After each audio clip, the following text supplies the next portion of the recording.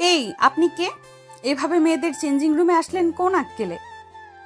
বের হন, না হয় থাপ্পড় মারবো। রাগে গিজগিজ করে বলল মেয়েটা। এত কম বয়সী মেয়ের মুখ থেকে থাপ্পড়ের কথা শুনে ভারী চমকে গেলাম। শোনো, জাস্ট বের হ। তোর কোনো কথা আমি শুনবো না। বেরিয়ে যাবি নাকি? মাহবুব নিজেকে লুকায়িত করার জন্য এই রুমে ভুলে এসেছিল। তবে যে এমন পরিস্থিতিতে পড়বে কল্পনার বাইরে ছিল তার। ভাগ্যিস অধরা কাপড় পুরোপুরি খোলেনি, না হয় আরো বিশ্রী ও জঘন্য পরিস্থিতির শিকার হতো। মাহবুব নেত্রযুগল অধরার কাছ থেকে সরিয়ে পর্দার বাইরে নিবদ্ধ করলো। তারপর কোনো এক কারণে স্বস্তির নিঃশ্বাস ফেলল। অধরা ইতিমধ্যে দ্রুত কাপড় পরে নিল। তারপর রাগে ভয়ানকভাবে তেতে উঠে মুখ শক্ত করে কটাক্ষ গলায় বলে, এই অসভ্য লোক, বেহায়ার মতো দাঁড়িয়ে আছিস কেন? লজ্জা করে না? বের হ, না হলে পুলিশকে জানাবো। বেয়াদব, অসভ্য, বেহায়া, কাপুরুষ। পাবলিক ডেকে মার খাওয়াবো নাকি? ভালোই ভালোই বের হবি। মাহবুবের মুখ কঠিনভাবে শক্তপোক্ত হয়ে গেল। তিরিক্ষি মেজাজে কঠিন দৃষ্টি ফেলল অধরার দিকে। তবে এক ফুটো ভয় পেল বলে মনে হলো না মেয়েটা। সেও একই ভাব নিয়ে তাকিয়ে আছে সেই বেহায়া পুরুষটির দিকে। কাপুরুষ শব্দটা যথাযথভাবে মনে ক্ষীণ আঘাত করলো মাহবুবের। নির্লিপ্ত মুখশ্রী করে ব্যঙ্গাত্মক হেসে অধরার দিকে কাছে আসতে লাগলো মাহবুব। ভ্যাবাচাকা খেয়ে গেল মেয়েটা। তো তো তো তো- তুই কাছে আসছিস কেন? আমি কিন্তু সত্যিই চিৎকার করব। তোর রক্ষা হবে না তখন। আমি কাউকে ভয় পাই না। তুমি এক রাতের জন্য যাবে তাহলে চলো। একবারে যা চাইবে তাই দিব। সাথে পুরুষ নাকি কাপুরুষ সেটাও প্রুভ হয়ে যাবে। গা শিরশির করে উঠল। অধরা চরম লজ্জায় মুখ লুকাতে তেজ নিয়ে মাহবুবের বুকে আঘাত করে দূরে সরাতে চাইল, কিন্তু এক বিন্দুও নড়ল না সামনে দাঁড়ানো লম্বাটে লোকটা। ঠায় দাঁড়িয়ে রইল। চোখ বড়সড় করে ফেললো অধরা। কর্কশ গলায় দফা গালি দিতে চাইলেও শব্দগুলো কণ্ঠনালীতে এসে বরফের ন্যায় জমে গেল। মাহবুব সরে দাঁড়ালো। একবার অধরাকে দেখে তেজ নিয়ে বলল, ললিপপ খাওয়ার বয়সে এই মেয়ে এত গালি জানো কিভাবে?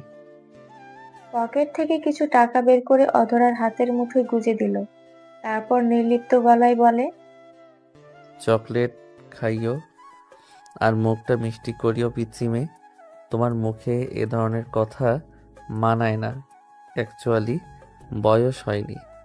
আর এই মাহবুবের ইন্টারেস্টও এত খারাপ নয় যে শেষে একটা বাচ্চা মেয়ের। এই বলে চেঞ্জিং রুম থেকে বেরিয়ে গেল সে। অপমান একদমও সহ্য করতে পারল না অধরা। রাগে ফুসফুস করে কাপড় শক্ত করে চেপে ধরলো। তারপর বেরিয়ে এলো। শপিং মলের শোরুমটাই তার এক চিৎকারে আশেপাশের লোক জড়ো হলেও অধরার বিন্দু মাত্র অনুশোচনা বা ভয় হলো না। বরং কাপড়টা ছুঁড়ে মেরে যা মুখে আসে তা বলতে লাগলো দোকানিকে। সম্পূর্ণ এক অজানা পুরুষ কিভাবে মেয়েদের চেঞ্জিং রুমে ঢুকে যেতে পারে? সেফটি বলে কিছুই নেই। তাহলে এত স্টাফদের বসে বসে বেতন দেওয়ার মানে কি, যদি ঠিকঠাক মতো কাজ করতেই না পারেন? মেয়ে তুমি শান্ত হও, দেখো এভাবে চেঁচামেচি করলে আমার দোকানের ক্ষতি হয়ে যাবে। তুমি শান্ত হও, আমরা বসে কথা বলি। বাচ্চা বলতে চাইছে সেই লোকটা। How cheap his mind! তার উপর তার লজ্জাহীন কথাবার্তা। কোন লোকটা? মেয়ে তুমি চিৎকার না করে বুঝিয়ে বলো। আর কি বুঝিয়ে বলবো? হ্যাঁ, কথা বলছেন না? আর কি শান্ত হতে বলছেন? আমি আপনাদের লোকদের নামে কেস করব। আপনারা কাস্টমার ডেকে হ্যারাস করেন। তুমি আমার মেয়ের মতো, আমার লোকসান হয়ে যাবে। সবাই দেখছে, প্লিজ। দেখুক, সবার জানা উচিত যে আমি এই দোকানের সার্ভিস কেমন। আমি তো আর আসবো না, অন্যদেরও বলে দিব এখানে আপনারা কি করেন। ফালতু লোকজন। অধরা রাগ নিয়ে লোকজনের সমাগম থেকে বেরিয়ে এলো। রাস্তায় এসে হাতের মুঠোয় টাকা দেখে আবারও মাহবুবের বাক্যবান মনে তাজা হয়ে ভেসে উঠতেই ফুঁসে টাকাটা রাস্তায় ছুঁড়ে ফেলে দিল। একটা গাড়ি এসে দাঁড়ালো তার সামনে। ছোট ম্যাডাম উঠে আসেন, আপনার কেনাকাটা শেষ। ও মা, আজ হাত খালি কেন? ব্যাগ কি ভিতরে? রফিক চাচা, আপনি আমাকে আর ছোট ম্যাডাম বলবেন না। আমি কি এখন ছোট আছি? সবাই কিসের জন্য আমাকে ছোট ছোট বলেন? ম্যাডামের মাথা গরম করে দিয়েছে কেউ। নিজের ভালো বুঝে এখন চুপ থাকাই ভালো। আচ্ছা ম্যাডাম, আপনি গাড়িতে বসেন, আমি আপনাকে বাড়িতে নিয়ে যাই। আমি বড় আপুর বাসায় যাব। অধরা গাড়িতে উঠে বসে। আজ তার আর শপিং করা হলো না। সাদা গাড়িটা চলছে তার আপন গতিতে। ড্রাইভার রফিক তাকে নিয়ে যাচ্ছে পুষ্প মেনশনে। পুষ্প মেনশনের কলিং বেল বাজতেই ড্রয়িং রুমে বসে থাকা সবাই সদর দরজার দিকে দৃষ্টি ফেলল। অনন্যা দাঁড়িয়ে বলল, আমি দরজা খুলে দিয়েছি। ভাবি রাইট, কেমন আছেন? আমরা সবাই খুব ভালো আছি। তুমি কেমন আছো? দেশে আসছো সেই 4 তারিখ, আর আজ বুঝি আমার সাথে দেখা করার সময় পেলে? আসবো আসবো করে হয়নি, বাট আজ এসে পড়েছি। এমনি তো আসো নাই, তোমার মা বাবা এসেছে এজন্য এসেছো। যাই হোক, ভিতরে আছে সবাই, এসো বসো। মাহবুব এসে সোফায় বসা রোহানের পাশে বসে, যেই কিনা সম্পর্কে মাহবুবের চাচাতো ভাই। অনন্যা এবারের নতুন বউ, রোহানের স্ত্রী। ওদের বিয়ের বয়স সবে 5 মাস। মাহবুব রোহানের 4 বছরের ছোট। বিদেশে উচ্চশিক্ষার জন্য বছর কয়েক কাটিয়ে এসেছে সে, তাই ওদের বিয়েতে থাকতে পারেনি। কিন্তু বাড়িতে ফিরেও আসা হয়নি চাচা বাড়িতে। আজই বাবা মা এসেছে, এজন্যই সে আসছে। সবার সাথে সালাম বিনিময়ের পর বসে গল্প করছে। আম্মা, এবার আমরা ভাবছি মাহবুবের একটা বিয়ে করিয়ে দেব, আপনি কি বলেন? হ্যাঁ আম্মা, আমি কিছু মেয়ের সন্ধানও করে রাখছি, যদি মাহবুব তাদের মধ্যে থেকে পছন্দ করে।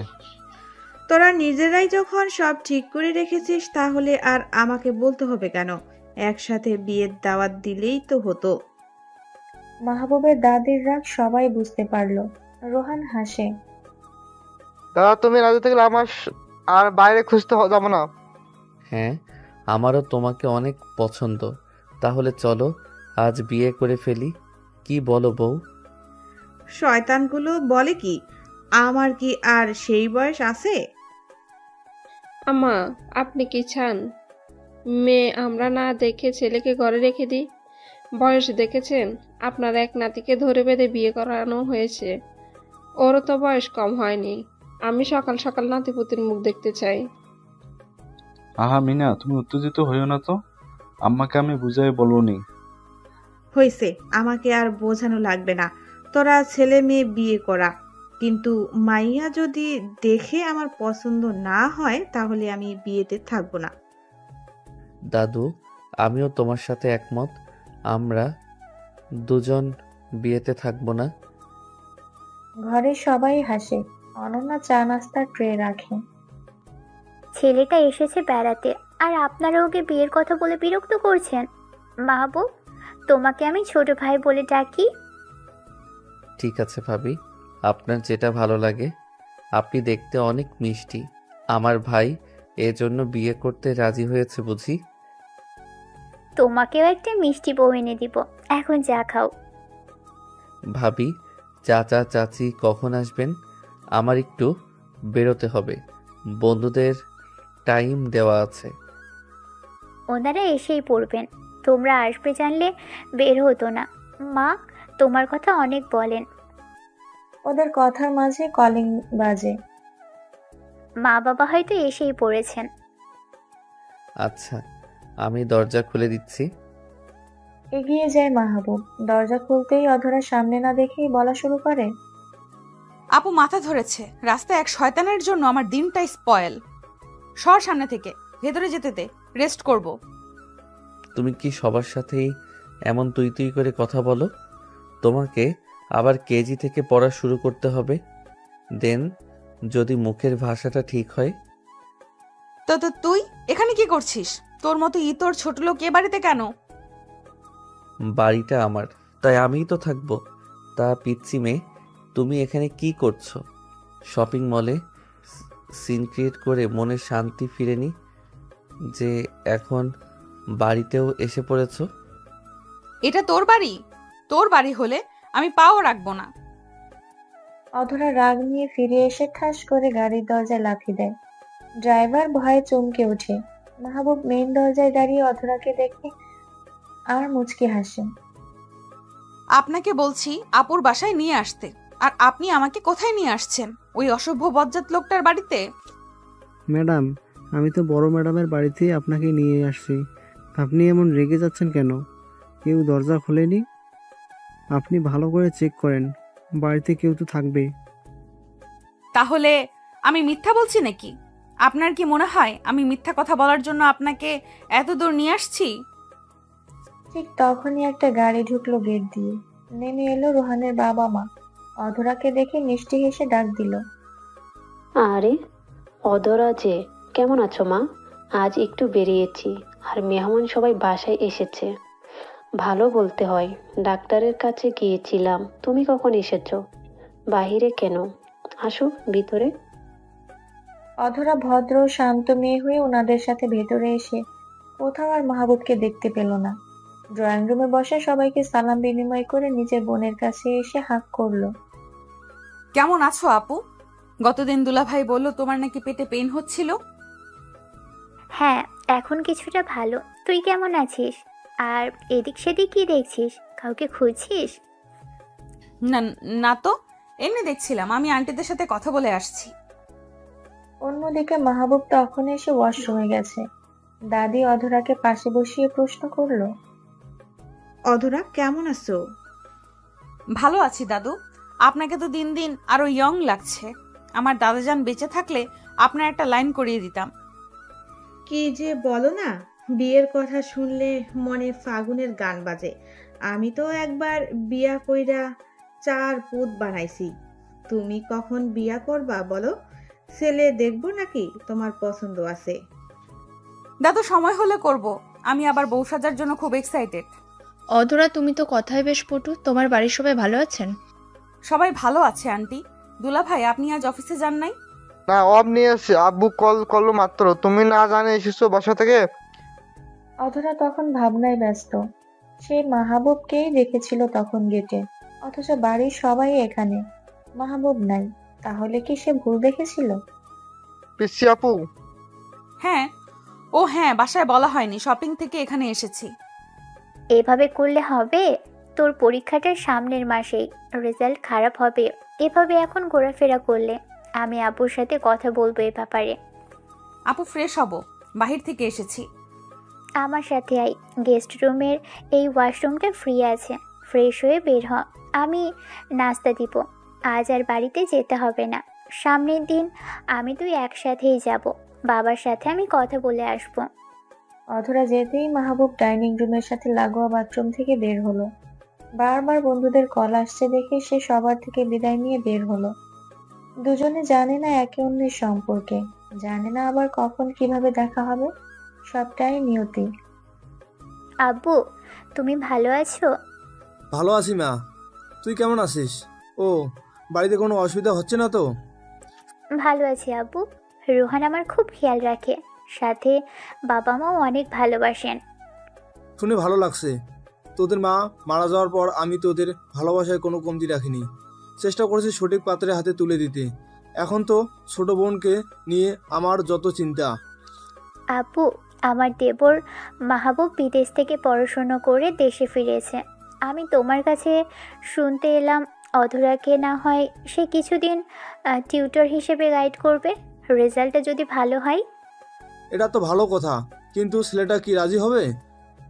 রোহান একবার বলে দিলেই রাজি হবে। তোমার পিচ্চি মেয়ে তো পড়তে বসতে চায় না, তাকে রাজি করাতে হবে। আচ্ছা ঠিক আছে। দুই বাবা মেয়ের কথার মাঝে উপস্থিত হলো অধরার খালামুনি, যে সম্পর্কে বর্তমানে অধরার স্টেপ মাদার। আশরাফ খানের ধারণা ছিল মা মরা মেয়েদের হয়তো খালামুনিই মায়ের আদর দিয়ে বড় করতে পারবে।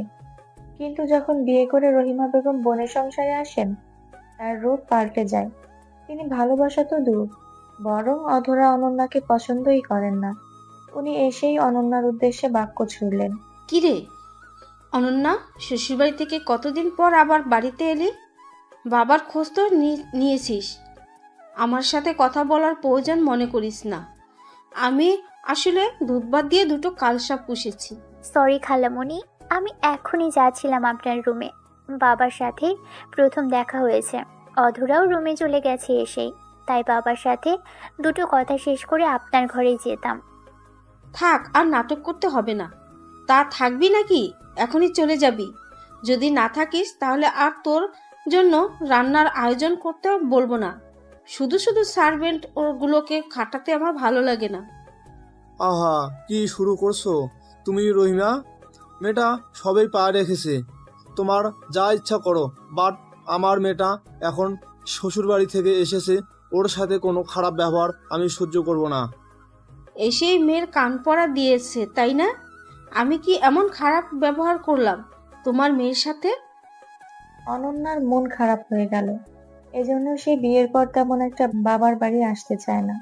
শান্তশিষ্ট অনন্যার এত ঝগড়া বিবাদ পছন্দ না। ঝগড়ার আঁচ পেয়ে অধরা ঘর থেকে বেরিয়ে আসে।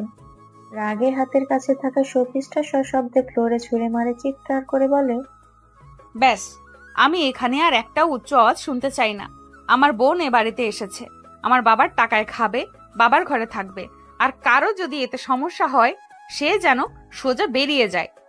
অধরা চুপ কর, তেমন কিছুই হয়নি, তুই রাগ করিস না। আমি জাস্ট শাওয়ার নিয়ে বের হতে না হতেই কথা শুনতে পেয়েছি, আর কথা হলে এ বাড়ি আগুন ধরিয়ে পুড়িয়ে দিব। ফাজিল মহিলা কোথাকার। অনন্যা অধরার হাত ধরে ওর ঘরে নিয়ে গেল। আশরাফ খান চুপচাপ মুখ চেপে হাসলেও রহিমা বেগম দ্বিগুণ রেগে ওখান থেকে প্রস্থান করলেন। যেতে যেতে মনে মনে বললেন, দিন দিন এই মেয়েটা আমার হাত ফসকে যাচ্ছে। এটাকে শায়েস্তা করতে না পারলে আমার নামও রাহিমা না। একটাতে তো বিয়ে করিয়ে বিদায় করেছি, এটার জন্য ব্যবস্থা করতে হবে। লোকে বলে না, দেয়ালে পিঠ ঠেকে গেলে তখন মানুষ ঘুরে দাঁড়ায়। অধরার ব্যাপারটাও ঠিক তাই। সে একটু বেশিই ছোট ছিল যখন তার মাকে হারায়, তাই রহিমা বেগমের জানাতন অধরা যেন একটু বেশিই ফিল করেছে। এজন্য অধরার স্বভাব ধীরে ধীরে রাগী, রুক্ষ, বদমেজাজি স্বভাবে পরিণত হয়েছে। পিছি, তুই এত উত্তেজিত হোস না। খালামণি কিন্তু আমাদের ভালোবাসে, পরিস্থিতি একটু ভিন্ন, এই জন্যই মাঝে মধ্যে এমন করে। আপু, আমাকে বোঝাতে এসো না তো, বাদ দাও। তুমি আজ থাকো, ফ্রেশ হও, রাতে ভাইয়াকে আসতে বলবো, পার্টি করব। না রে, তোর ভাইয়া তো আসার কথা শুনলে চলে আসবে, কিন্তু বাড়িতে মায়ের শরীরটা ভালো যাচ্ছে না। আমি বাড়িতে থাকলে তার একটু সাহায্য হয়। আজ চলে যাই, পরে আরেকদিন আসবো তোর ভাইয়ের সাথে। আমি সব বুঝি এখন। তুমি ওই মহিলা ঝামেলা করবে ভেবে চলে যেতে চাইছো? হুম। ওদের কথার মাঝে 10 বছরের একটা ছেলে এসে অনন্যাকে আপু বলে জড়িয়ে ধরলো। অনন্যা খুশি হয়। কেমন আছিস ভাই? স্কুল এখন ছুটি হলো বুঝি? আমি ভালো আছি। তুমি তো শ্বশুর বাড়ি যে ভুলেই গেছো আমাকে, একটু ফোনও করো না। সরি রে, আপু তো কাজ করার জন্য সময় বের করতে পারি না। তুই আমাকে ফোন দিস, আমি রিসিভ করব, কেমন? মিথ্যা বলছো কেন? সত্য বলো। আন্টি বকবে দেখলে, এই জন্য রাহাতকে ফোন করো না। আপু, আম্মু বোকা দিল, আমার কিছু হবে না, তুমি কল দিও। আজ কিন্তু তোমায় যেতে দেব না। আপু, চলো আমার রুমে, তোমাকে আমার আর্ট গ্যালারি দেখাবো। আমি কত সুন্দর আর্ট করেছিলাম, এবার তো একটা প্রাইজও পেয়েছি। চলো চলো। পরের দিন অধরা বসে চিপস খাচ্ছে আর টিভিতে কার্টুন দেখছে। অধরার খালামণি বেরিয়েছে শপিং করতে, আশরাফ সাহেব অফিসে, রাহাত বেরিয়েছে মাঠে বাচ্চাদের সাথে খেলা করতে। কলিং বেল বাজছে। অধরা বিরক্ত হয়। আলসেমি ছেড়ে দরজা খুলে দিতেই মাহবুবকে দেখে থমকে যায়। কি ব্যাপার, সামান্য একটা দরজা খুলতে এত সময় লাগে? ভেতরে কি করছিলে তুমি? আমি কি সত্যিই দেখছি নাকি স্বপ্ন? আগের দিন আপুদের বাসার দরজা খুলেও আমি এই লোকটাকে দেখেছি, আর আজ আমি বাসায় দরজা খুলেও এই লোকটাকে দেখেছি। আসলে আমি কি দুনিয়াতে নাই, নাকি ভুলে পৃথিবী থেকে পড়ে অন্য কোনো গ্রহে চলে এসেছি? What happened? এভাবে স্ট্যাচু হয়ে দাঁড়িয়ে থাকার মানে কি? সরো সামনে থেকে। মানে হঠাৎ সবকিছু সত্য মনে হচ্ছে অধরার। সে চট করে দরজায় হাত দিয়ে আটকে দিল। মনে পড়ে গেল শপিং মলে মাহবুবের করা ঘৃণিত কাজ। কিছুতেই সে এই বেহায়া বদলোকটাকে তাদের বাড়িতে ঢুকতে দিবে না। কণ্ঠে তেজ নিয়ে বলল, কি চাই এখানে? কেন আসছেন? এটার মানে কি? আমাকে কি ভেতরে ঢুকতে দিবে না? তোমার বাবাকে ডাক দাও। বাবা বাড়িতে নাই। না মানে আছে, কিন্তু বাবাকে ডাকবো কেন? আপনার মতো ইতর লোককে আমার বাড়িতে ঢুকতে দিব না। বাবার কাছে চাকরি চাইতে আসছেন? সম্ভব না, আমি তা হতে দিব না। তুমি নিশ্চিত আমাকে ভেতরে যেতে দিবে না? পরে কিন্তু পস্তাতে হবে। আমি তাহলে চলে যাচ্ছি। এটা কি হলো? সামান্য কথায় এই লোক তো সত্যি সত্যিই চলে যাচ্ছে। যদি বাবার কোনো প্রয়োজনীয় কাজ থাকে লোকটার কাছে। এই যে শোনেন, বাবা বাসায় নেই, আপনি এসে বসতে পারেন। মাহবুব মুচকি হাসে। ফিরে এসে অধরার বিশাল বাড়ির ড্রয়িং রুমের সোফায় এসে বসতেই অদ্ভুত শব্দ হয়। অধরা ফিক করে হেসে ফেলে। মাহবুব উঠে দাঁড়িয়ে পিছনে দেখে চিপসের উপর বসে পড়েছিল। সে একটু সরে বসে। টিভি তখনও চলমান। বাসায় কোনো বাচ্চা আছে নাকি এভাবে কার্টুনের সাথে চিপস কে খায়? আপনি এই বাচ্চা বলবেন না, আমি কিন্তু ক্লাস 10-এ পড়ি। অধরার কথায় মাহবুব অবাক হয়। শেষ কিনা তার ভাই তাকে পাঠিয়েছে একটা বাচ্চা মেয়েকে পড়াইতে। সে আফসোস করে নিজের কপালের উপর। কোথায় এখন সে ইউনিভার্সিটির ক্লাস নেবে, সেখানে কিনা একটা 10-এ পড়া বাচ্চা মেয়ে। বড়ই উপকার করেছো 10-এ পড়ে, না হলে দেখা যেত সত্যি কোনো কিন্ডার গার্ডেনের বাচ্চাকে পড়াতে হতো। মানে আপনি কি শিক্ষক, মানে টিউটর? আমার এত ফালতু সময় নাই। তোমার বাবা কোথায়? আমাকে আসতে বলে সে নাই। কল করো। বয়ে গেছে আমার, প্রয়োজন হলে বসে থাকেন। চা কফি কিছু লাগলে বলেন। এইভাবে অপমান করার পর চায়ের অফার? ঠিক আছে, ব্ল্যাক কফি, নো সুগার। ওই দিকে কিচেন, বানিয়ে এনে নিচে 1 কাপ খান আর আমাকে 1 টেবিল চামচ চিনি দিয়ে 1 কাপ দিয়েন। অধরা এটা বলে অন্য পাশে সোফায় বসে বাকি চিপসটুকু শেষ করছে। মাহবুব বিরক্ত নিয়ে তার দিকেই চেয়ে আছে। একটু পর বাড়িতে ঢুকলেন রহিমা বেগম। তার 2 হাত ভর্তি শপিং ব্যাগ। বাড়ির ড্রয়িং রুমে অচেনা ছেলে আর অধরাকে বসে থাকতে দেখে উনি হাতের শপিং ব্যাগ ওখানেই ফেলে চটজলদি অধরার কাছে এসে চুলের মুঠি করে ধরলেন। ঘটনার আকস্মিকতায় মাহবুব থমকে গেল। ছি ছি ছি, আমরা কেউ বাড়িতে নাই আর এই সেই সুযোগে বাড়িতে নাগর নিয়ে এসেছিস আর আমাকে রাত দিন ধমক দিস। আজ তোর কি হাল করি দেখিস। আহ লাগছে, ছেড়ে দাও আন্টি, আমার চুল ছাড়ো, ভালো হবে না বলে দিচ্ছি। ছাড়বো ছাড়বো, তোর আগে পাড়া প্রতিবেশীকে ডাকি, তোর কাণ্ড কারখানা বলি, তারপর তোকে ছেড়ে দিব। আজ তোর মুখে চুনকালি নাম লাগিয়েছি। ছাড়ো আমাকে, আমি কিছু করিনি। তুমি কি সব বলছো? ছাড়ো। রহিমা চিৎকার চেঁচামেচি শুরু করে দিলেন। অধরাকেও ইতিমধ্যে 2-4 চর বসাতেই মাহবুব রেগে ধমকে উঠল। এই কি করছেন কি আপনি? শুধু মহিলা মানুষ দেখে আমি কিছু বলছি না। ছাড়ুন মেয়েটাকে। এভাবে এসে মারছেন কেন? ছাড়েন বলছি। রহিমা বেগম ছাড়লেন তো না, বরং উচ্চ আওয়াজে চেঁচামেচি শুরু করে দিলেন। আশেপাশের সবাই এসে হাজির হতেই রহিমা ছেড়ে দিল অধরার মুঠি করা চুল। লোকজন এসে রহিমা বেগমের কথায় বিশ্বাস করলেন। জোর করে মাহবুবের 2 হাত পেছনে মুড়ে বেঁধে দিলেন। সাথে অধরাকে আরো কয়েকটা চড় দিলেন। অধরার মাথা ঘুরে উঠল। ফ্লোরে হাঁটু ভেঙে বসে পড়ল। রহিমা বেগমের সঙ্গ দিলেন পাশের বাসার চাচি আসমা বেগম। ছি ছি, আশরাফ ভাই কত ভালো মানুষ, আর 2 মেয়ে হয়েছে শেষে কিনা চরিত্রহীন। ঠিক বলছেন ভাবি। শুনেছিলাম বড়টা বেশি বাড়াবাড়ি করেছিল, দেখে অঘটন ঘটানোর আগে বিয়ে করাই দিয়েছে। আর এখন ছোটটা বাড়িতে দিন দুপুরে পুরুষ মানুষ এনে ফষ্টি নষ্টি শুরু করেছে। ছি ছি। জানি না কতদিন ধরে এসব করছে, আজ তো হাতে নাতে এসে ধরেছি। বাড়ি থেকে একটু বেরোতে পারিনি, নোংরামি শুরু করে দিয়েছে। এই সবাই মেরে এই দুটাকে এলাকা ছাড়া করো, এদের জন্য আমাদের ছেলে মেয়েদের বদনাম হবে। ভাবি, হাজার হলেও আমি মায়ের মতো বড় করেছি ওকে। আমি বলি কি দুজনের বিয়ে করিয়ে দেই, তারপর যেখানে যাবে যাক, না হলে আবার কোথায় যে কি খারাপ কাজ করে বেড়ায়। হ্যাঁ হ্যাঁ, ঠিক বলেছেন ভাবি, এই কাজটা কো। আপনারা কে আমাকে জাজ করার? আর কেউ ফালতু কথা বলবেন না। আশরাফ সাহেবকে ডাকেন, আমি তাকে এক্সপ্লেনেশন দিয়ে দিব। দেখেছেন ছেলের ভাব, অন্যায় করেও মুখে কোনো অনুশোচনা নাই। কিসের অন্যায়? আপনারা এভাবে আমাকে হ্যারাস করছেন, আমি পুলিশে কমপ্লেন করব। হ্যাঁ হ্যাঁ, তা তো করবেই। পুলিশ আমরা ডাকবো। আমার বাড়িতে নোংরামি করতে যে ধরা খেয়ে আমাকেই পুলিশের ভয় দেখাও। এই ভাই, কাজী ডাকেন, এক্ষুনি ওদের বিয়ে দেব। আন্টি, বাবাকে ফোন করেন। বাবা যদি বলে বিয়ে করতে, আমি করে নিব, কিন্তু বাবাকে ছাড়া আমি কিছুই করব না। তাই তুমি আমাকে আরো মারবে, মারো। রহিমা বেগম আরো মিথ্যা কথা বানিয়ে বললেন সবার মাঝে। পরিস্থিতি খুব খারাপ হলো। আশেপাশের লোকজন রহিমা বেগমের থেকে বেশ খেতে পারেন, এজন্য সব কথাই তাকে সাপোর্ট করেন। আশরাফ সাহেবকে কল করে মিথ্যার ঝুলি খুলে বললেন। টেনশন নিয়ে অফিস থেকে 10 মিনিটে বাসায় এসে দেখেন ঘটনা খুব ক্রিটিক্যাল। মাহবুব, তুমি আমার মেয়েকে বিয়ে করে নাও, না হলে সমাজে আমার মেয়ে মুখ থাকবে না। এটা সম্ভব নয়। আমি কোনো পাপ করিনি, ভুল করিনি। আর এত ছোট বাচ্চা একটা মেয়েকেও আমি বিয়ে করতে পারবো না।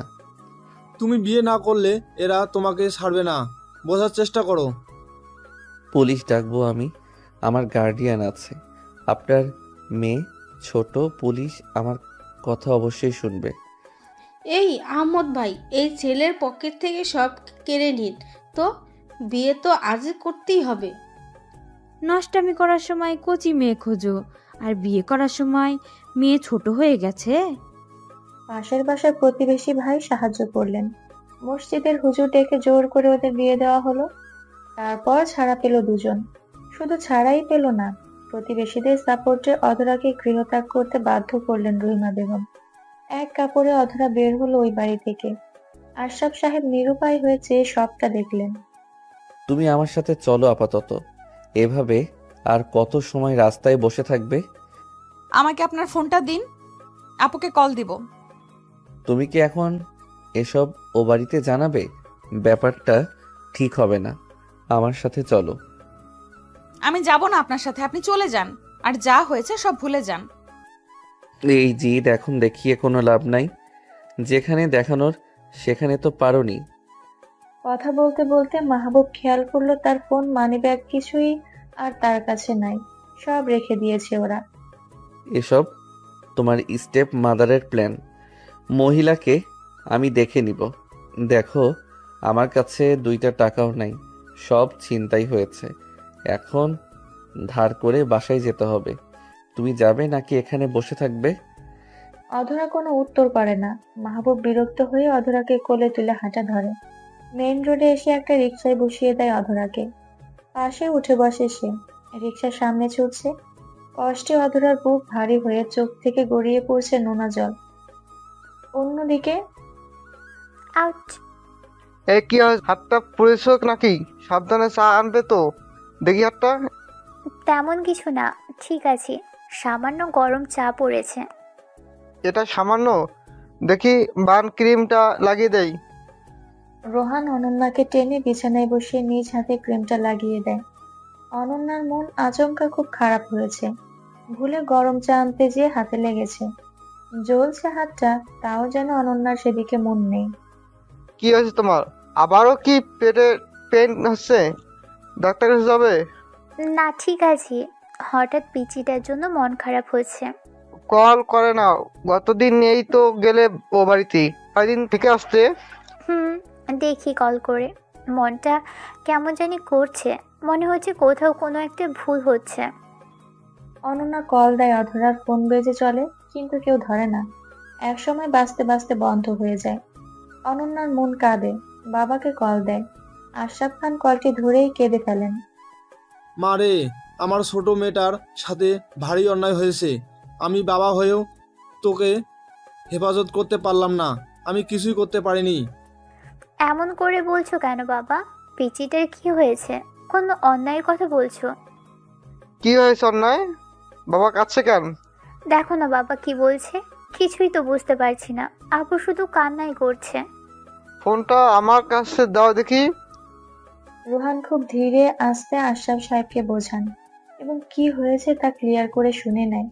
নিজের ভাইয়ের সাথে এমন অবিচার শুনে রেগে যায় রোহান, কিন্তু কাউকে কিছু বুঝতে দেয় না।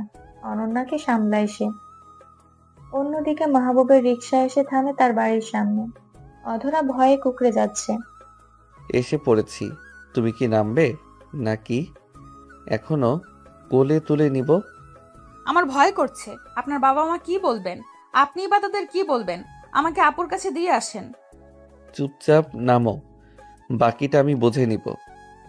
গম্ভীর শোনালো মাহবুবের কণ্ঠ।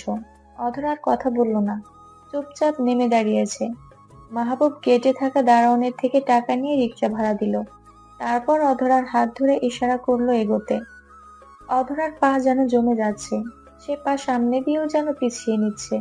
মাহবুব বিরক্ত হয়ে পাজা কোলে তুলে নিল। আমার মনে হচ্ছে তুমি আমার কোলে চড়ার জন্য এমন করছো। এখন তো বউ, তুমি বললে যখন তখন কোলে নিতে পারি। কি করছেন? প্লিজ, এটা আপনার বাড়ি, আমাকে নামিয়ে দিন। কেউ দেখলে সর্বনাশ। মাহবুব মুচকি হেসে ঘরের দরজায় অধরাকে নামিয়ে দিল। কলিং বেলের শব্দে মিনা বেগম দরজা খুলে দুজনকে দাঁড়িয়ে থাকতে দেখে বলে উঠল, কি ব্যাপার, তুই তো গিয়েছিলি অধরাকে ওকে বাড়িতে নিয়ে আসছিস, সব ঠিক আছে? ঠিক আছে। অধরা এ বাড়িতে থাকবে, ওকে একটু ফ্রেশ করিয়ে রেস্ট নিতে দাও। আমার একটু কাজ আছে, বেরোচ্ছি। আরে শোন। মাহবুব কথা শুনল না, বরং ঠাস ঠাস পায়ে শব্দ তুলে বাড়ির গ্যারেজের দিকে এগোলো। অধরা কিছুই বলছে না। মিনা বেগমের সন্দেহ হলো, তারপরেও কিছু জানতে চাইলো না, চুপচাপ গেস্ট রুম দেখিয়ে দিল। অধরা হেঁটে এসে বিছানায় বসলো। মুখটা এখনো জ্বলছে, জ্বরের দাগ স্পষ্ট। মিনা বেগম এসে ডাক দিলেন, অধরা, আসবো ভেতরে? আসেন আন্টি, এটা তো আপনার বাড়ি, অনুমতি নেওয়ার কি আছে? আইসো। ব্যাগ। তোমার মুখে আঙুলের দাগ কালো হয়ে আছে, এটা দিলে কিছুটা আরাম পাবে। আমি দিয়ে দিব? না না আন্টি, আপনার কষ্ট করতে হবে না, আমিই লাগিয়ে নিব, ধন্যবাদ। ড্রেস পাল্টাবে? এটা ছিঁড়ে গেছে, দেখা যাচ্ছে। আমি কি একটা শাড়ি এনে দেব? আমাকে নিয়ে ব্যস্ত হবেন না আন্টি, আমি এতেই ঠিক আছি। একটুই ছিঁড়েছে, সমস্যা নেই। আচ্ছা, তাহলে কিছু লাগলে ডাক দিও, পাশের ঘরেই আছি। মিনা বেগম চলে যায়। অধরা বসে বসে মুখে আইস ব্যাগ লাগাচ্ছে, মাঝে মাঝে ব্যথায় চোখ খিচে বন্ধ করে নিচ্ছে। অন্যদিকে অনন্যা সবটা শুনে থমকে যায়। তাহলে আমার বোনটা এখন কোথায়? মাহবুব কি ওকে নিয়ে গেছে, নাকি অধরা নিজে কোথাও চলে গেছে? এত কান্নাকাটি করো না তুমি কিন্তু। আর ফোনটা সুইচ অফ করছে বারবার। চাষিকে কল দেবো। দিয়ে শোনো তো, অধরা আছে কিনা ওখানে। মাহবুব নিজের গাড়িটা বের করে নিয়ে কোথাও যাচ্ছে। গাড়ির বক্সে থাকা ছোট মুঠো ফোনটা বের করে কল দিল তারেকের কাছে। তারেক মাহবুবের গার্ড। স্যার বলেন, কি সমস্যা? তোমার ছুটি শেষ তারেক, কাজে ফিরতে হবে। আমার ফোন নিয়ে গেছে, কার্ড সব মানিব্যাগে ছিল। বুঝতে পারছো আমি কোন অবস্থানে আছি? এসব কিভাবে হলো স্যার? ডিটেলস বলার সময় নাই। তোমার প্রথম কাজ প্রতিবেশী আসমা আর তার হাজবেন্ডের কাছেই সম্ভবত আমার ফোন উদ্ধার করবে। আর 3 নাম্বার গোডাউনে 2টাকে বেঁধে রাখবে তোমার কাছে 4 ঘন্টা সময়। কিন্তু স্যার, আরে স্যার, নিজের কথা শেষ হতেই ফোন কেটে দেন। আমারও তো কথা থাকতে পারে। তারেক বিকেলের আলসেমি ঘুমটা ছেড়ে বিছানার মায়া ত্যাগ করে উঠে পড়ল। তারেকের বউ চায়ের ট্রে হাতে এগিয়ে এলো। ছুটিটা বেশ আরামেই কাটছিল, কাজের ডাক পড়াতেই তারেকের মুড অফ। ব্যাগপত্র গুছিয়েছি, বাসায় চলে এসো, আমার যেতে হবে, হাতে সময় কম। কি বলছো, যেতে হবে? এই না বললে চা খাবে আমার হাতের, কত সুন্দর করে চা করে আনছি। স্যার, আপনি আমাকে আয়েশ করে বউয়ের হাতে চাটাও খেতে দিলেন না। বদদোয়া দিচ্ছি, আপনার কপালে এমন বউ জুটবে যে কখনো চা বানাতে পারবে না। এই, তুমি বিড়বিড় করে কি বলছো? আরে সত্যি যাবে? শার্ট পরছো যে। তোমার কি মনে হয় আমি তোমার সাথে মশকরা করছি? চা খাওয়ার সময় নেই, তুমি একলা আসতে না পারলে এখানে থাকো, আমি কাজ সেরে এসে তোমাকে নিয়ে যাব। তারেক বেরিয়ে পড়ে। নাজমা মন খারাপ নিয়ে হাতের চা নিজেই খেয়ে নেয়। সন্ধ্যা পেরিয়ে রাতের প্রথম প্রহর। মাহবুবের গাড়িটি বাড়ির গেটে ঢোকে। গাড়ি পার্ক করে ড্রয়িং রুমে আসতেই দেখতে পায় তার বাবা মা বসে আছে। চোখ ঘুরিয়ে অধরাকে দেখতে পেল না। এদিকে আয়, তোর সাথে কথা আছে। সেই বেরিয়েছিস, এখন ফেরার সময় হলো। What happened? কি বলবা বলো? ফ্রেশ হবো, খাবো, পেটে ক্ষুধা। মিতা, থাকো না, পরে কথা বলি।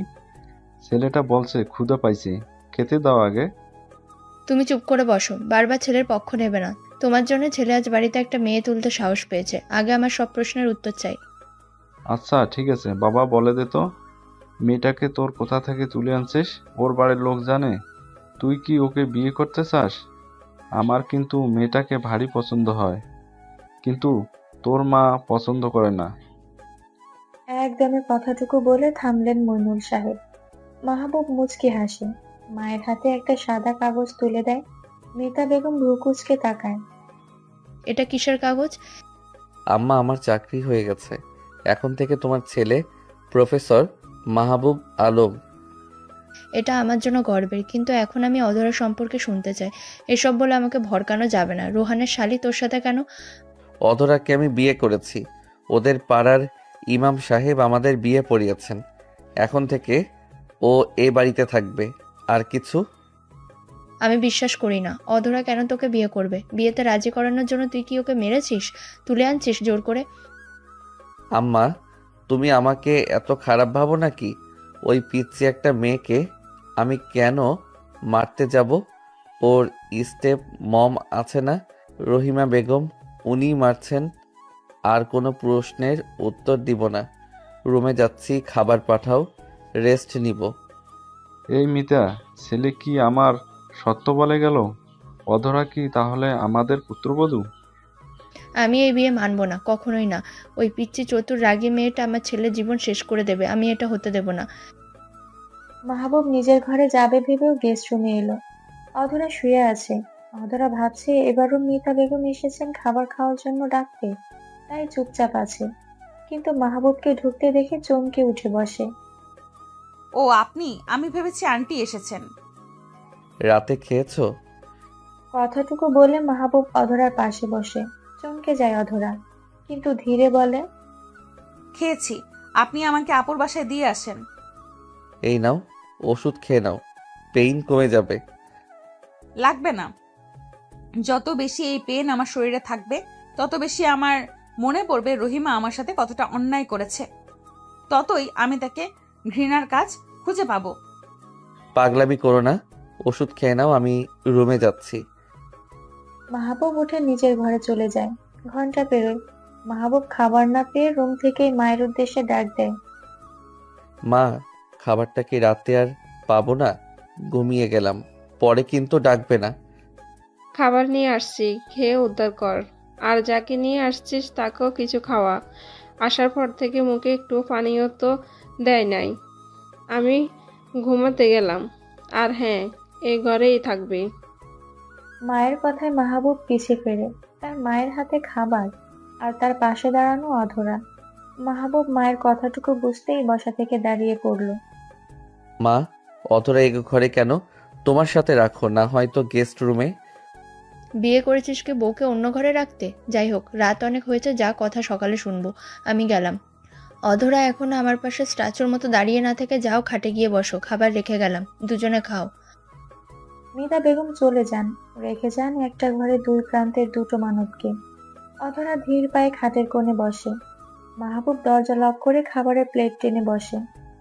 আমি এ ঘরে আসতে চাইনি। আপনার মা আমাকে জোর করলেন ওনার শাড়ি পরতে, তারপর এ ঘরে নিয়ে এসেছেন। তখন যে বলছো তুমি রাতে খেয়েছো, মিথ্যা বলছো। মিথ্যা বলা আমার সহ্য হয় না। এরপর থেকে আমাকে আর মিথ্যা বলবে না। খেয়ে নাও। অধরা আর কথা বলে না, চুপচাপ খেয়ে নেয়। মাহবুবের ঘরের লাইট অফ করে দিতেই অধরা যেন চমকে ওঠে, কিন্তু কিছু বলে না। অধরার মনে অজানা ভয়। মাহবুব কি তাকে বুঝবে? একদিন, কে আসো? কে আমাকে বেঁধে রাখছো? খুলে দাও বলছি। কে তোমরা? ওগো, এ কি হলো আমাদের? দেখো, আমাকেও তুলে এনেছে। কারা এসব করলো? আমি কি করে বলবো? ঘরটা এতে অন্ধকার, কিছুই ভালোভাবে দেখা যাচ্ছে না। এখানে কি আর কেউ আসো? মনে হয় আর কেউ নেই, শুধু তুমি আর আমি এখানে। অন্ধকার ঘরটায় এক পাশে মৃদু লাইটের আলো পড়ে। দেখা যায় অন্ধকারে এক মানব অবয়ব। মানুষটা এসে চেয়ার টেনে বসে। তার পাশে এসে দাঁড়ায় আরেকটা মানবের ছায়া। আলোটা ধীরে ধীরে বাড়ে। আহমদ আর আসমা চোখে স্পষ্ট হয়। মাহবুবের ভয়ঙ্কর রাগী চেহারা। দুজনেই কেঁপে ওঠে মাহবুবের নজর দেখে। ওই ছেলেটা না আধারের সাথে ধরা খেয়েছিল? কথাটি বলতেই তারেক এসে ঠাস করে আসমা বেগমের মুখে থাপ্পড় দেয়। আমার অনেক বড় ভুল হয়ে গেছে, আমি বুঝতে পারিনি। রহিমা ভাবির টাকার লোভে পড়ে ভুল করে ফেলেছি বাবা, আমাকে ছেড়ে দাও, মাফ করে দাও। তারেক, আমার ফোনটা পাওয়া গেছে। স্যার ফোন নাকি বিক্রি করে দিয়েছে। ওয়ালেট পেয়েছে কিন্তু টাকা নেই। কার্ডগুলো সেফ আছে, নিন। বাবা আমাকে ছেড়ে দাও, যা ভুল ওরা করেছে আমি কিছু করিনি। স্যার, ও মিথ্যা কথা বলছে। ও আপনার ফোন বিক্রি করে সেই টাকা দিয়ে লাল পানি খেয়ে উড়িয়েছে গত রাতে। সব মিথ্যা, আমাকে বিশ্বাস করো, সব মিথ্যা বলছে এই মহিলা। স্যার আমি ওকে বার থেকে তুলে আনছি। মনে হয় না আসমা ঠিক বলছে। নেশার জন্য গত রাতে ও বলতেই পারেনি ফোনে কি করেছে। জানতে চাইলে উল্টোপাল্টা উত্তর দিচ্ছে। ইচ্ছা মতো পিটা ওরে। আমার ফোন সেল দিয়ে লাল পানি? ওই, আর মানি ব্যাগ ফাঁকা কেন? 20,000 প্লাস সামথিং ক্যাশ ছিল, ওগুলা কই?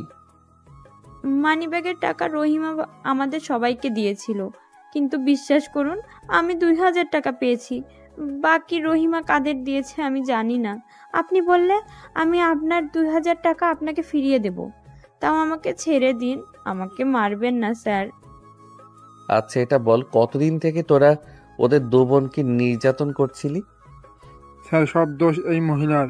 ও রহিমা ভাবির টাকার লোভে পড়ে সব সময় মিলে ওদের ছোট থেকে জ্বালাতন করছে। স্যার আমি কিচ্ছু করিনি। তারেক, ফোন উদ্ধার করো। আর এই দুইটার এমন ব্যবস্থা করবে বলা লাগবে না নিশ্চয়ই। মাহবুব উঠে চলে যায়। আসমা বা আহমদের কান্না তার হৃদয় ছুঁতে পারে না, বরং ওদের দেখলে তার রাগ বাড়ে। সেদিনের করা অপমান, অপদস্থ অধরার উপর করা অত্যাচার সবই মনে পড়ে যায়। তারেক ওর সঙ্গীদের ডাক দিল আসমা আহমদ এর খাতির যত্ন করার জন্য। অন্যদিকে অনন্যা, তুমি কি শুনেছো মাহবুব নাকি তোমার বোনের সাথে? ছি ছি, আমার বলতেও লজ্জা করছে। তোমাদের ফ্যামিলিকে ভালো মনে করতাম, কিন্তু এখন এসব কি শুনছি? বৌমা, তুমি ওরে এভাবে বলছো কেন? ও কি করছে? আর অন্যের কথায় কান না দিয়ে নিজের কাজ করো। আম্মা, সব সময় আপনি আমাকে চুপ করাতে পারবেন না। আমি তো এসবের কিছুই জানতাম না। যদি রহিমা আপা কল করে না বলতেন, ঘরের মানুষ যদি ফোন করে জানায়, তখন তো কথা মিথ্যা না। আম্মা, আপনি আমার খালামণির কথা বিশ্বাস করবেন না। উনি আসলে এখন কি নিজের খালার নামে বদনাম করবে? উনি যদি এতই খারাপ হতেন তাহলে আমাদের পালতেন না। তুমি ওর সৎ মায়ের কথা বিশ্বাস করছো বৌমা? সৎ মা হলেও নিজের মায়ের বোন তো হয়। সে সত্য বা মিথ্যে যাই বলুক, বদনাম তো হয়েছে, তাই না? আর এতে আমাদের ফ্যামিলির কথা উঠবে, স্বাভাবিক। আমাকে মাফ করে দিন আম্মা। আমার বোনটা ছোট, অবুঝ। অবুঝ কোথায়? বলো ভালো বুদ্ধিমান, না হলে মাহবুবের মতো ছেলেকে ফাঁসাতে পারে? যেমন দেখতে সুন্দর তেমন তার পড়াশোনা, আর ফ্যামিলিও তোমার চেয়ে হাই ক্লাস। বৌমা, তুমি তোমার কাজে যাও তো। আম্মা, কাজে তো যেতে পারছি না। কিভাবে পারবো বলেন? যে দেখছি সেই বলছে তোমার নতুন বউয়ের বোনের নাম কি শুনছি। তোমার দেওয়ারের ছেলের সাথে নাকি ধরা খেয়েছে। নিজের বউকে দেখে শুনে আনছিলে তো? এ ধরনের কথা আমার সবার থেকে শুনতে হচ্ছে। আমি কিভাবে সব বাদ দিব? তাই বলে কি তুমি ঘরে অশান্তি করবে নাকি? দাদি, আপনি আমার সাথে তর্ক করেন না। ভুল আমার বোনের সাথে আমারও। তাই ওনার যা বলতে ইচ্ছে হয় আমাকে বলুক, আমি ক্ষমা চাইছি। যত সব ন্যাকামি, যা আমি একদম পছন্দ করি না। রুহানি বেগম শেষ কথাটুকু বলে নিজের রুমের দিকে চলে গেলেন। অনন্যার চোখে জল ভরে ওঠে। দাদি তাকে সান্ত্বনা দেয়। অন্যদিকে অধরা মন খারাপ নিয়ে বসে আছে। মাহবুব এসে তার সামনে এক গাঁটি বই রাখতেই অধরা চমকে যায়। এগুলো কি? এত বইপত্র কেন? আমার বউ হতে গেলে আগে নিজের যোগ্যতা প্রমাণ করো। সবটা তোমার স্টার্ট করো। পরীক্ষা দেওয়ার চিন্তা আছে কি নেই? আপনার বউ হওয়ার আমার কোনো ইচ্ছা নাই। আমি আর পড়াশোনা করব না, পরীক্ষাও দিব না। ঠিক আছে, রোহান ভাইকে ফোন করে বলি যে তুমি রাস্তায় বা গাছতলায় থাকতে চাইছো। পড়াশোনা ছাড়লে আমি তো জায়গা দিবই না, আর রোহানও যে দিবে না তা আমি এনশিওর করব। রাস্তা আরেকটা অবশ্যই আছে, তোমার ওই রহিমা আন্টি। অধরা বিরক্তি ফিল করলো, কিন্তু অপশন নাই দেখে আর নাকচ করতে পারলো না। মাহবুবের সিরিয়াস ফেস দেখে সে ধরেই নিয়েছে পড়াশোনা না করলে সত্যিই তার জায়গা রাস্তার গাছতলা। কল্পনা করতেই অধরা যেন ভয় পেল।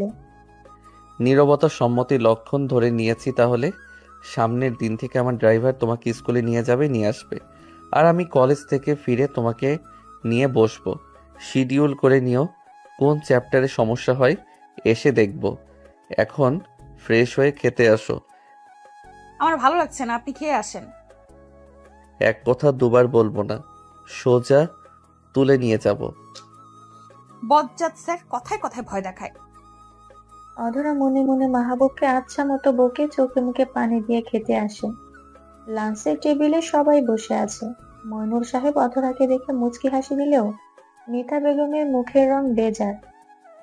মা, তোমার কি কি খাবার পছন্দ বলো, আমি বিকেলে বাজার করতে যেয়ে নিয়ে আসবো। আমার একটা কথা আছে, আগে ক্লিয়ার করি। এভাবে কেন কথা বলছো? বলো কি বলবে। তোমার উপরে কি আমরা কখনো কথা বলি? আমার একটা মাত্র ছেলে, আমার ইচ্ছা সবাইকে নিয়ে বড় আয়োজনে বিয়েটা করাবো, ভালো একটা ফ্যামিলিতে। কিন্তু তা যখন হয়নি, আমি এখন ছোট আয়োজন করে সবাইকে জানাতে চাই ছেলের বিয়ে করার খবর। এখন না মা, সময় হলে আমি নিজেই জানাবো। কেন, এখন কিসের সমস্যা? তোমার কাছে তো বিয়ের খরচ চাইনি। আম্মা, টাকা ফ্যাক্ট নয়, আমার শিডিউল সমস্যা। জবের পাশাপাশি ব্যবসায়ের দায়িত্ব, আমি এখন সময় দিতে পারবো না। এখন কি আমার ইচ্ছারও কোনো দাম নেই? আরে মিতা, তুমি অভিমান করছো কেন? বোঝার চেষ্টা করো। তোমার ছেলের জন্যই তো এত আয়োজন করব, কিন্তু সে যদি সময় দিতে না পারে, নতুন জবে জয়েন করেছে, এখন কিভাবে তোমাকে 2 দিন সময় দিবে? আমার কোনো সমস্যা নাই। আম্মা, আপনি শুধু শুধু আমাকে দোষারোপ করবেন না। এইভাবে আমার দিকে রাগী দৃষ্টি দিচ্ছেন, মনে হচ্ছে সব ভুলটা আমিই করেছি। ভুল তুমি করছো, তোমার পরিবার করছে। আজ বড় আপা আমাকে ফোন দিয়েছিল, সব সত্য বলল। তুমি আমার ছেলেকে ডেকে নিয়ে ফাঁদ পেতেছো এই বাড়ির বউ হবার জন্য। এসব কি বলছো মিতা? যা বলছি ঠিক বলছি। আপা না বললে তো সবটা আমি জানতেই পারতাম না। রেগে উঠে মাহবুব শব্দ করে খাবারের প্লেটটা সরিয়ে দেয়। এনাফ মা, চাচির কথা শুনে ঘরে অশান্তি করবে না। মাহবুব, মায়ের সাথে এটা কেমন ব্যবহার তোমার? দিন দিন তুমি কিন্তু উগ্র হয়ে যাচ্ছ। বাবা সরি, বাট মাকে বলো এখন অশান্তি না করতে। অধরার পরীক্ষা আমি চাই না, এসব কারণে ওর পরীক্ষা খারাপ হোক। রুমে যাচ্ছি। মাহবুব রেগে নিজের ঘরে চলে যায়। অধরা মাথা নিচু করে আছে। মিতা বেগম কেঁদে উঠলেন। এই মেয়েটার জন্য আজ আমার ছেলে আমার কথা শুনছে না, কখনো আমার কথার উপরে কথা বলে না, কিন্তু আজ শুধু এই মেয়েটার জন্য আমার সংসারে অশান্তি হচ্ছে। মিতা, তুমি সবটা জটিল করে দেখছো, এজন্য এমন হচ্ছে। শান্ত হও, আমরা শান্তিতে কথা বলবো ছেলের সাথে। এইভাবে রাগ করে জোর দেখিয়ে তো কিছু হয় না। আর ভাবি, তোমাকে ফোন করে কি বলবো না বলবো এটা নিয়ে ঘরে অশান্তি কি ঠিক হচ্ছে? তুমিও সেই আমার ভুল দেখছো, কিন্তু এই মেয়েটা চালাকে কেউ দেখতে পাচ্ছে না। আমিও এর শেষ দেখে ছাড়বো, কিছুতে এই মেয়েকে আমার সংসারে রাখবো না। মিতা বেগম উঠে চলে গেলেন। মইনুল সাহেবও আর খেতে পারলেন না। অধরা কাঁদছে, নিঃশব্দে, নির্জনে, চাপা কষ্টে। হসপিটালে আসমা ভাবি, আপনাদের দুজনের এই অবস্থা কে করলো? ভাবি, আমাদের এ অবস্থা করেছে আধারের ডেভিল হাজবেন্ড। কি যে খারাপ ভয়ঙ্কর ছেলে ভাবি। অতি কষ্টে হসপিটালের বিছানায় শুয়ে কথাগুলো বলে আসমা বেগম হু হু করে কেঁদে উঠলেন। আপনাদের কোথাও ভুল হচ্ছে ভাবি। অধরার বর তো একজন টিচার মাত্র, সে আপনাদের দুজনকে তুলে নিয়ে মেরে হসপিটালে ভর্তি করবে কেন? সত্যি বলছি ভাবি, ওই ডেভিল কোনো সাধারণ মানুষ না ভাবি, ও একজন ভয়ঙ্কর মানুষ। আপনি একটু সাবধানে থাকবেন। করেছেন উল্টাপাল্টা কিছু, তাই হয়তো কারো কাছে দুজনে মার খেয়ে হসপিটালে এসে এখন দোষ দিচ্ছেন অদরার হাজবেন্ডের উপর, আর আমাকে তাই বিশ্বাস করতে হবে? আমার কথা বিশ্বাস না হলে আপনার ভাইয়ের কাছে যে শুনেন। আচ্ছা ঠিক আছে, যাই হোক, থাকেন তাহলে শুয়ে। আমার লেট হয়ে যাচ্ছে, এখন আমি আবার পরে আসব। রহিমা বেগম হসপিটাল থেকে বের হলেন। আহমাদকে রাখা হয়েছে পুরুষ ওয়ার্ডে। ওখানে আর গেল না রহিমা বেগম, সোজা এসে গাড়িতে বসলো। মনে মনে ভাবছে সে, সত্যি যদি মাহবুব এমনটা করে তাহলে আমাকে আরো সাবধান হতে হবে। ছেলেটাকে তো ভেবেছিলাম ভদ্র, কিন্তু কি হচ্ছে বুঝতে পারছি না। তবে অধরার সংসার আরেকটু বিষ ছিটাতে হবে, ওর শাশুড়ির সাথে কথা বলতে হবে। মা হাতে থাকলে ছেলে আমার কিছুই করতে পারবে না। এই অবহেলায় তুমি কোথায় গেছিলে রহিমা? ছেলেটা এসে তোমাকে খুঁজে পাচ্ছে না, জানে না এই সময় ছেলেটা স্কুলে থেকে ফিরে। বাড়িতে ঢুকতেই আশরাফ সাহেবের কণ্ঠে রহিমা কোনো প্রতিক্রিয়া করলো না।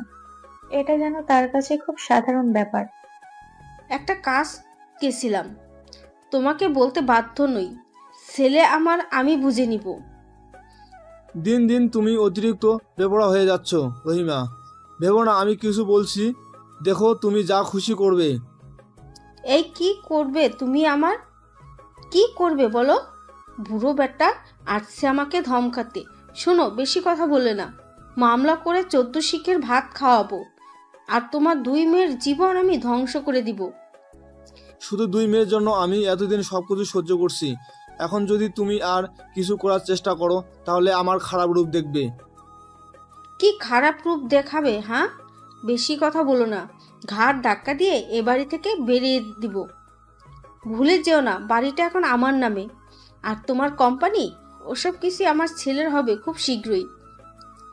তোমার ভালো চেহারার মুখোশ আমি অন্ধ হয়ে বাড়িটা তোমার নামে লিখে দিয়েছিলাম, ভুল করছি আমি। তোমার সাথে কথা বলার কোনো মুড নাই আমার, রুমে যাচ্ছি। দেয়ালের আড়ালে দাঁড়িয়ে রহিমা বেগমের ছেলে সবটাই শুনে চুপচাপ হয়ে নিজের ঘরে এসে শুয়ে থাকে। ছোট এই বাচ্চাটার মানসিক চাপের কথা কেউ কখনো ভাবে না। অনন্যা, অধরা বাড়ি থেকে চলে যেয়ে সে যেন আরো একলা হয়ে গেছে। অন্যদিকে অধরা, এগুলো কি করছো তুমি? মন কোন দিকে থাকে? হ্যাঁ, বারবার বুঝিয়ে দেওয়ার পরও ভুল লেখো কিভাবে? সরি স্যার, আমি আসলে বুঝতে পারছি না। পড়াতে বসে মাহবুব বেশ বিরক্ত।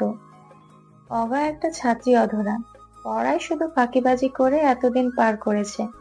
ফাইনালের রেজাল্ট খারাপ হবে ভেবে মাহবুব নিজে নিয়ে বসেছে তাকে পড়াতে, কিন্তু বারবার ভুল করায় সে এবার ধমক দিল। এইবার লাস্ট, এরপর না পারলে সোজা বেতের বাড়ি হবে। আপনি এত স্ট্রিক্ট কেন? একদিনে কি সব শেখানো যায়? সারা বছর ফাঁকিবাজি করলে কঠিন তো লাগবেই। চুপচাপ বুঝে নাও। আজ স্কুল গেছিলে? বলছি যে প্রতিদিন স্কুল যেতে হবে কেন? বাসাতেই পড়ি, শুধু পরীক্ষাটা দিয়ে আসবো। সকালে আমি বেরোনোর আগে বলে গেছি তোমাকে স্কুলে যেতে, যাওনি কেন? শরীর ভালো লাগছিল না। আবার মিথ্যা। ধমক দিল মাহবুব। অধরা ভয়ে বলে দিল। মিতা বেগম নানান কাজ দিয়ে তাকে বের হতে দেয়নি। মাহবুব রাগে মুঠো করে নেয়, নিজেকে শান্ত করে। রাতের বেলা মাহবুব আসে ডিনার করতে। অন্যদিনের মতো সবাই একসাথে খেতে খেতে মাহবুব জানায়, মা, এতদিন জানতাম এ বাড়িতে 2টা কাজের খালা আছে। সবার নিজের কাজ নিজে করার পর বাকিটুকু খালারাই করে দেয়। কেন, কি হয়েছে? তোর কোনো কাজ বাকি আছে নাকি? বল, আমি করিয়ে রাখবো। সামনের দিন অধরা স্কুলে যাবে, যদি ওকে দিয়ে তোমার কোনো কাজ থাকে তাহলে এখন দাও, ও করে রাখবে। সকালে কোনো কাজ করতে পারবে না। আর যদি অধরা একলা কাজ সম্পূর্ণ না করে পারে, বাকিটুকু আমি করে দিব। ও, তো বর বাড়িতে ফিরতে না ফিরতেই আমার নামে কান পড়া দেওয়া হয়েছে? না না মা, ভুল বুঝবেন না, আমি ওনাকে কিছু বলিনি। উনি শুধু জানতে চাইছেন স্কুলে কেন যায়নি। তুমি স্কুলে না গেলে সেটাও কি এখন আমার দোষ? যাওনি কেন? তোমাকে কি আমি বেঁধে রেখেছি? না মানে মা। কথা বেশি বাড়াতে চাই না। অধরা, খাওয়া শেষ করে রুমে আসো। হালকা গরম পানি নিয়ে এসো তো। বাবা, তুই তো বেশি কিছু খেলি না। দেখ, তোর পছন্দের পাবদা রেঁধেছি। আর খাবো না। সব সময় সবার পছন্দ এক থাকে না। আমি এখন এসব মাছ খেতে পছন্দ করি না। আমার জন্য খাবার ফেলে যাবেন না, খেয়ে নিন। আমি এরপর থেকে মায়ের সব কথা শুনে চলবো, আর আপনারও। আমাকে নিয়ে আর আপনাদের মাঝে সমস্যা তৈরি হতে দিব না। অধরা উঠে চলে যায়। মাহবুবের ফোনটা নিয়ে নিজের বাবাকে কল দেয়। আশরাফ সাহেব মেয়ের কণ্ঠ শুনে কেঁদে ফেলেন। মা কেমন আছিস? তোর শ্বশুরবাড়ি সবাই মেনে নিয়েছে তো? বাবা, সবাই অনেক ভালো। তোমার শরীর কেমন আছে? ভালো আছি মা। তোদের 2 বোনের জন্য আমি কিছুই করতে পারি নাই। আমি ব্যর্থ বাবা। বাবা, আমি মেসে থাকতে চাই। তুমি কি খরচাটা দিতে পারবে? এখানে থেকে স্কুল যেতে অনেক দূর হয়ে যাবে, এই জন্য ভাবছি কাছাকাছি মেসে থাকবো। আমি সব ব্যবস্থা করে দিব, কিন্তু মাহবুব রাজি হবে? উনি হয়তো খুশি হবেন। বাবাকে বলো আমিও ভালো আছি। অধরা চমকে পিছে দেখে মাহবুব বুকে হাত গুজে দাঁড়িয়ে আছে। অধরা নিলিবিলি কথা বলার জন্য ফোনটা নিয়ে ছাদে এসেছে, কিন্তু মাহবুব এখানে আসবে ভাবেনি।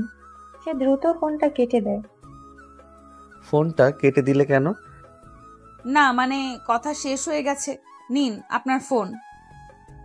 আচ্ছা অধরা, এই 3 তলার উপর থেকে যদি কাউকে ছুঁড়ে মারা হয় তাহলে ঠিক কি হবে বলো তো? কাকে ছুঁড়ে মারতে চান আপনি? তোমাকে। আর একবারও যদি শুনেছি হোস্টেলে থাকার কথা বলছো, ঠিক এখান থেকে ছুঁড়ে মারবো। শোনেন, আমি এখানে থাকলে ঝামেলা হতে থাকবে। আমি এসব পছন্দ করি না, আমার এসব পছন্দ না। শান্ত নীরব আছি মানে এটা না আমি কিছু বলতে পারি না। সব সমস্যা মিথ্যা অপবাদ নিতে আমার ভালো লাগে না। আর আমি বুঝে গেছি, হাজার করলেও আমি দুটো মানুষের কখনোই প্রিয় হতে পারবো না। এই পিচ্ছি, মাথায় এত চাপ নিও না। চলো ঘরে। পরের দিন। কি ব্যাপার, গাড়ির লক খুলছে না কেন? বের হব কিভাবে? রফিক, আমি গাড়ির লক খুলতে পারছি না, হেল্প করো। সরি ম্যাডাম, আমি তা করতে পারবো না। আমি এখন আসি, আপনি থাকেন বসে। আপনার সাথে কেউ দেখা করতে আসছে। এটা কেমন অসভ্যতা রফিক? তোমার কি চাকরি হারানো ভয় নাই? আপনার মতো খারাপ মানুষের চাকরি আমি করতেও চাই না। আপনি এখানেই লক থাকেন, আমি আসি ম্যাডাম। রফিক মাঝ রাস্তায় গাড়ি রেখে চলে যায়। ভেতরে বসে রহিমা বেগম চেষ্টা করছেন বের হতে, পারছেন না। হঠাৎ এক গাড়ি এসে রহিমার গাড়ি ধাক্কা দেয়। রহিমা বেগমের কপাল কেটে রক্ত চুইয়ে পড়ে। সে ভয়ে চিৎকার করে। কয়েক সেকেন্ড পর কাচের জানালায় তারেকের ফেস দেখতে পায় রহিমা। কে তুমি? হেল্প করো, আমাকে গাড়ি থেকে বের হতে সাহায্য করো।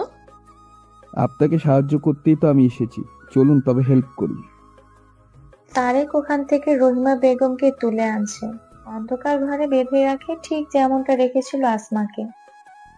অন্যদিকে স্যার, আপনি এখানে? আমার স্কুলে কেন এসেছেন? এখানেও আমাকে স্যার বলবা? কি বলবো, কেন এসেছেন? এদিক কাজে এসেছিলাম, ভেবেছি দেখা করে যাই। নাও তোমার জন্য চিপস নিয়ে আসছি। ও, ক্লাস শেষ, এখনই বাড়ি যাব। চলো আমার সাথে, তাহলে গাড়িতে উঠে বসো। আপনি সত্যিই কাজে এসেছিলেন? তুমি এত প্রশ্ন করো কেন? আমার সাথে যেতে না চাইলে নিজের মতো যেতে পারো। আমাকে নিতে এসেছেন বললে আপনার দাম অর্ধেক কমে যাবে না? সত্য বলতে আপনিও শিখুন। তাই না? আজকাল তোমার বড় সাহস বেড়েছে। চলো শপিং করতে যাই, হাতে কিছুটা সময় আছে। কেনাকাটা করে বাড়ি ফিরবো। মাহবুব অধরাকে নিয়ে শপিং মলে আসে। একই দোকান দেখে অধরা লজ্জা পায়। প্রথম দেখার কথা মনে পড়ে মনে মনে নিজেই হাসি দেয়। মাহবুব সুন্দর একটা ড্রেস পছন্দ করে অধরার হাতে দেয়।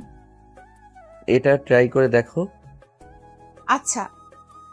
অধরা চেঞ্জিং রুমে ড্রেস পরিবর্তন করে ঘুরে দাঁড়াতেই দেখে মাহবুব বুকে হাত গুজে তার ঠিক পিছনেই দাঁড়িয়ে আছে। অধরা চমকে যায়। আপনি এখানে? এটা সুন্দর লাগছে, কিন্তু এটার জিপার খোলা। আমি সেট করে দেই? মানে? না, লাগবে না, আপনি বাইরে যান। এতটুকু শক্তি নিয়ে আমাকে ঠেলে বের করতে পারবে না। শুধু শুধু ট্রাই করছো। তুমি আমার বউ, আমি তোমার জন্য এতটুকু করতেই পারি। লাগবে না, আপনি বাইরে যান। ঠিক তখন বাহির থেকে দোকানি আওয়াজ দেয়। ম্যাডাম, কোনো সমস্যা? আমাকে বলুন, ভেতরে কি অন্য কেউ গেছে? ম্যাডাম, আমি কি ভেতরে আসবো? ইস, দোকানি আপনাকে এখানে দেখলে আমার লজ্জায় পড়তে হবে। কেন এসেছেন? আমি সমস্যার সমাধান করে দেই, ওনাকে যেতে বলবো? তার চেয়ে বরং চুপই করে থাকুন। ম্যাডাম, আপনি উত্তর না করলে আমি ভেতরে আসতে বাধ্য হব। আন্টি, আমি ঠিক আছি, ভেতরে কেউ আসেনি, আপনি যেতে পারেন। উনি যেতেই অধরা উকি দিয়ে দেখে বের হয়। মাহবুব মুচকি হেসে অধরা পাশাপাশি বের হতেই দোকানি মহিলা সামনে এসে দাঁড়ায়। ম্যাডাম, আপনি না বললেন ভেতরে একা? তাহলে উনি কে? দেখুন, আমাদের দোকানের কিছু নিয়ম কানুন আছে। এভাবে আপনি একটা ছেলেকে মেয়েদের চেঞ্জিং রুমে নিয়ে যেতে পারেন না। আপনি কি নোটিশ লেখাটা পড়েন নাই? সরি আন্টি, আমি এই পিচিটার হাজবেন্ড। আমি নিজ থেকেই ওখানে গেছিলাম। দোকানি আর কিছু না বলে ওখান থেকে চলে যায়। অধরা শপিং হাতে মাহবুবের পিছু পিছু এসে গাড়িতে উঠে বসে। মনটা তার আজ অনেক ভালো লাগছে। অধরা বাড়িতে ঢুকতেই মিতা বেগম এগিয়ে আসেন। অধরা হাতের দিকে তাকিয়ে ভ্রু কুঁচকে বলে ওঠেন, স্কুলের নাম করে কোথায় ঘুরে বেড়াচ্ছ? এবারের একটা মান সম্মান আছে, এভাবে যেখানে সেখানে ঘুরে ফিরে বেড়াবে না। মা, আমি তো থাকার বলতে হবে না, ফ্রেশ হয়ে কিচেনে আসবা, রাতে রান্না করব, সব গুছিয়ে দেবে। গাড়ি পার্ক করে মাহবুব এসে তার মায়ের কথা শুনে। মিতা বেগম খেয়াল করেনি তার ছেলেও বাড়িতে এসেছেন। হঠাৎ মাহবুবকে দেখে তিনি মুখের কথা ফিরিয়ে নেন। আমি বলছি অধরা, ফ্রেশ হয়ে খেতে আসো। মা, দয়া করে আমার সামনে আর নাটক করো না। আমার লাস্ট একটা কথা শুনে রাখো, অধরাই আমার ওয়াইফ। কোনো কিছুর বিনিময়ে আমি ওকে ছাড়বো না। তাই অযথা চেষ্টা করো না ওকে আমার জীবন থেকে দূর করার। এতে তুমি না আমার মন থেকে দূর হয়ে যাও, বরং অধরাকে অ্যাকসেপ্ট করতে শেখো। না হলে আমি বলতে পারছি না কতদিন আমি তোমাদের সাথে থাকতে পারবো। মা, আপনার ছেলের কথায় কিছু মনে করবেন না। আমার কোনো সমস্যা নেই, আমি এক্ষুনি সবটা আপনাকে গুছিয়ে দিব। আর আমার ছেলের সামনে আমাকে খারাপ বানিয়ে এখন আদিক্ষেতা দেখাতে হবে না, যাও এখান থেকে। কাকিমা ভালো আছেন? আপু? অধরা দৌড়ে তার বোনকে জড়িয়ে ধরে। অনন্যার চোখেও পানি। কেমন আছো পিচিটা? ভালো। তুমি এতদিন পর আসছো কেন? কাকিমা, আমার বোন কি কোনো ভুল করেছে যে আপনি তাকে ধমকাচ্ছেন? না আপু, তুই ভুল বুঝছিস। তুমি এখানে গোয়েন্দাগিরি করতে এসছো? বিচার করবা আমার? তোমার বোন আমার ছেলেকে ঠকিয়ে এবারের বউ হয়ে আসছে, এখনো ঘাড় ধাক্কা দিয়ে তোমার বোনকে বের করে দিনি, এটা কি কম না? কাকিমা, আমার বোন জোর করে যদি এমন করে থাকে তাহলে আপনার ছেলেকে ডাক দিন।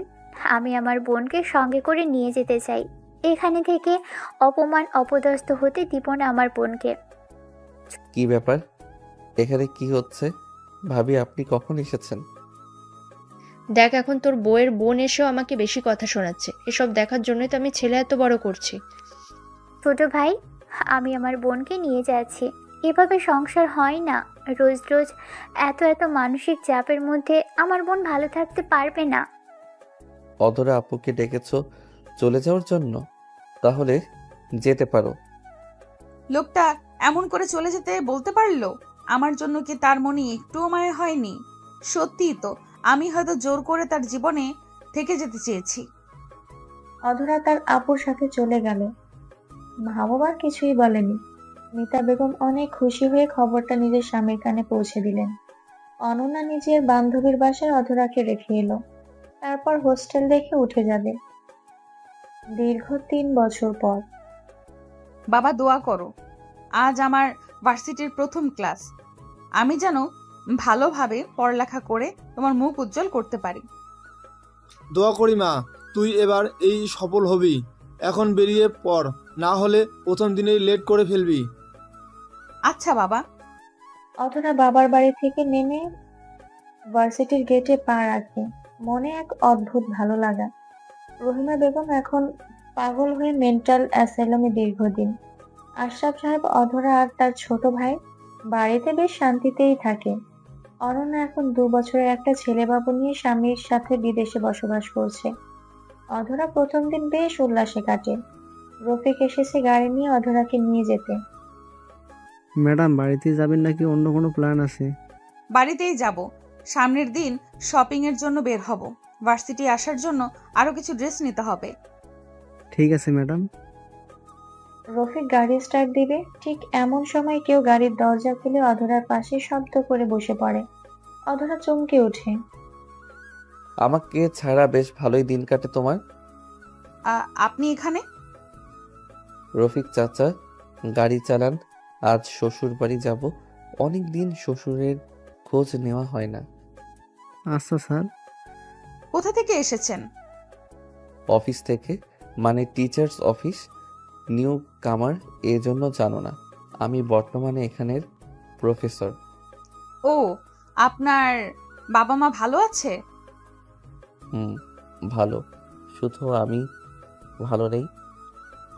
মাহবুবের কথায় অধরা তার দিক থেকে দৃষ্টি সরিয়ে নিল। চোখের কোণে পানি জমে অধরার। 3টা বছর অনেকটা দিন। লোকটার সাথে তার কোনো দেখা নেই, কিন্তু এক মুহূর্তের জন্য তাকে ভুলতে পারেনি। আজকের এই অনাকাঙ্ক্ষিত দেখাই অধরার কান্না পায়। মাহবুব সিটে গায়ে নিয়ে চোখ বন্ধ করে নেয়। দুজনে চুপচাপ, আর কোনো কথা নেই। স্যার, আমরা পৌঁছে গেছি। ধন্যবাদ চাচা। আপনি ধীরে ড্রাইভ করছেন, সাথে আমি ভালো একটা ঘুমও দিতে পারছি।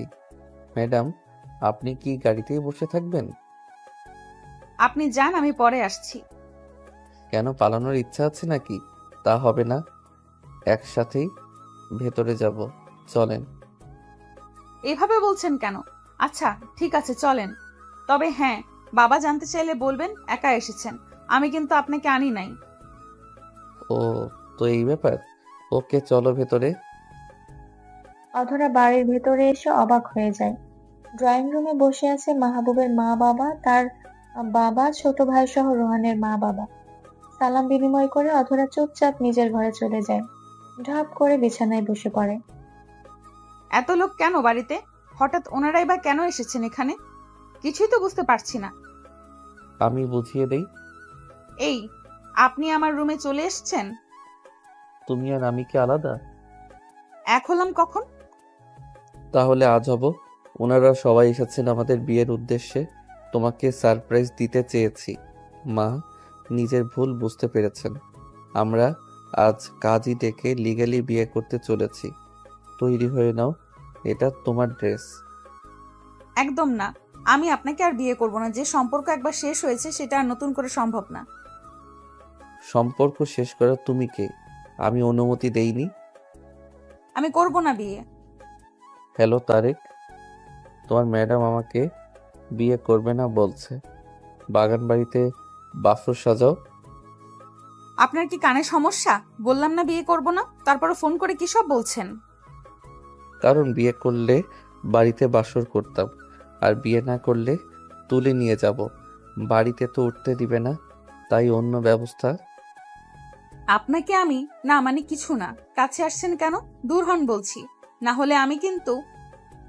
লাস্টবার জানতে চাইছি, বিয়ে করবে নাকি তুলে নিয়ে যাব? বাইরে যান, আমি তৈরি হব। আমার পিচ্ছি বউটা সহজে বুঝে গেছে। Just 15 minute. 1 মিনিট বেশি লাগলেও সময় দিতে পারবো না। 15 মিনিটে তৈরি হয়ে ড্রয়িং রুমে আসবে। মাহবুব হেসে বেরিয়ে যায়। অধরা মুখ ভেঙচি দেয়। হ্যাঁ, 15 মিনিট মগের মুল্লুক নাকি? পারবো না, পারবো না। ডেভিল গুন্ডা একটা। আপনার প্রফেসর না হয়ে মাস্তান হওয়া উচিত ছিল, কিন্তু কি আর করার। দিন শেষে এই ডেভিল গুন্ডাটাকেই আমার মন ভালোবাসে। হ্যাঁ, খুব বেশি ভালোবাসি। হয়তো কখনো তার সামনে বলা হবে না। আমি জানি সেও আমাকে ততটাই চায় যতটা আমি তাকে চাই।